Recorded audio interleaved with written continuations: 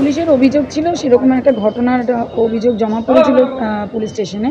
সেই ভিত্তিতে police unknown FIR ছিল, মানে কারোর নাম বেসিস ওখানে দেওয়া ছিল না।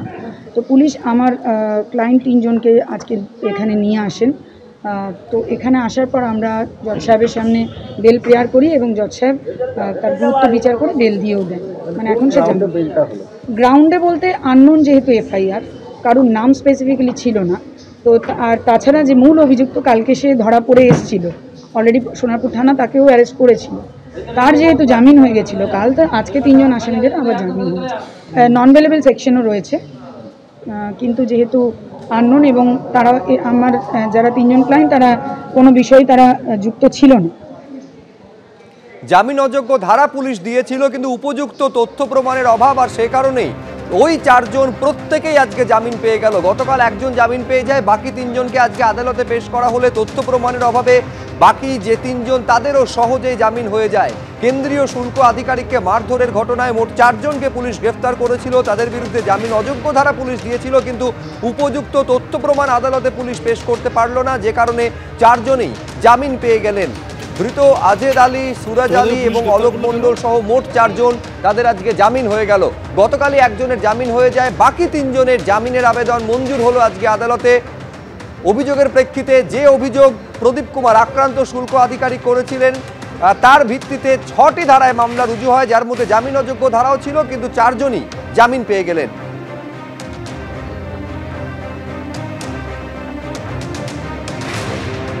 বোঝা উচিত সবারই যে এটা সাপও মরল লাঠিও ভাঙলো না, সব দিকেই হলো।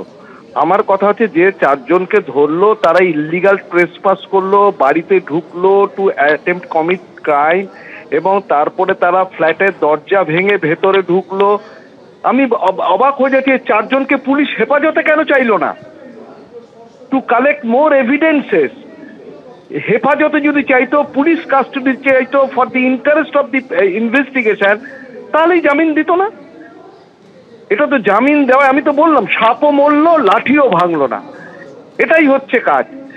আজকে এটার জন্যই আইনের শাসন অনুপস্থিত। এটার জন্যই আজকে সাধারণ মানুষ জনে জনে লোক বলছে, পশ্চিমবঙ্গবাসীর মুখে একই কথা, যে এখানে শাসকের আইন চলে, এখানে আইনের শাসন চলে না। এটা পরিষ্কার, একদম জলের মতো পরিষ্কার, ক্রিস্টাল ক্লিয়ার।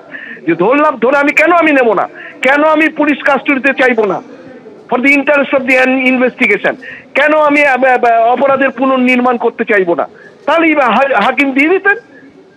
হাকিমের কাছে কোনো অপশন নেই, আর পিপি সরকারি পিপি তিনি মুখ বধিরের মতো দাঁড়িয়ে রইলেন। ধন্যবাদ সলিলদা।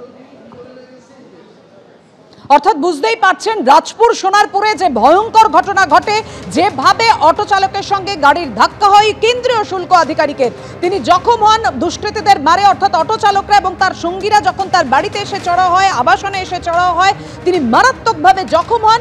কিন্তু এই ঘটনায় পুলিশ জামিন অযোগ্য ধারা দিলেও উপযুক্ত তথ্য প্রমাণের অভাবে ধৃত 4 জনেরই জামিন হয়ে গেল আদালতে।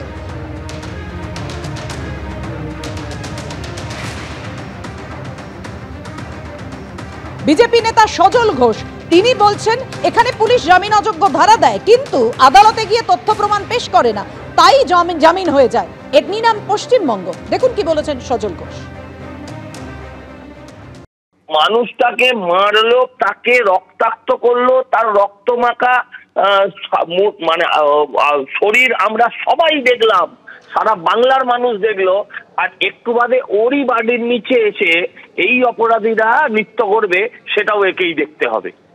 কোন রাজত্বে বাস করছি আমরা? এটা আমরা সবাই জানি যে এরা তৃণমূল করছে বলে, পুলিশ এদের পয়সায় চলছে বলে এরা যা খুশি তাই করছে।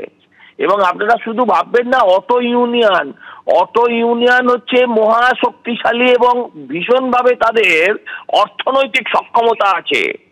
হ্যাঁ, পুরো রাজ্যটাই একেবারে সর্বনাশের পর্যায়ে চলছে। দেখুন, মমতা ব্যানার্জি একটা নতুন